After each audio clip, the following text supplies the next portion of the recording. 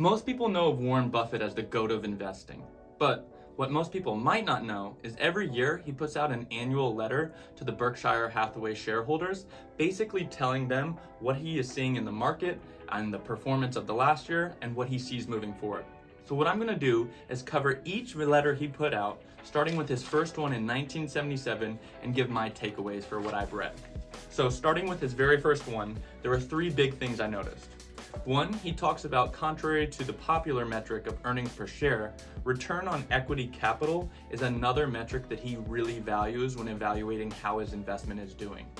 The second thing he mentions is that when you're looking at businesses, when you have a business model where the operations can perform despite poor management, it's almost like a bulletproof business, because there are times where management might need to be improving upon, and if it's still succeeding then, it's going to succeed despite poor management and do even better when management is really top-notch. And the last thing, which I thought was great, is he talks about how to evaluate businesses and investments, and he goes over four main things. One, do you understand that actual business? Two, does it have long-term prospects for being a successful business? Three, does it have good management, which is something you'll see a theme with him on as an important factor?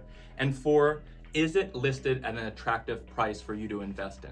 So I thought that was really cool, where in his very first letter, he was breaking down the fundamentals of what you need to be doing when you're evaluating investments in the future.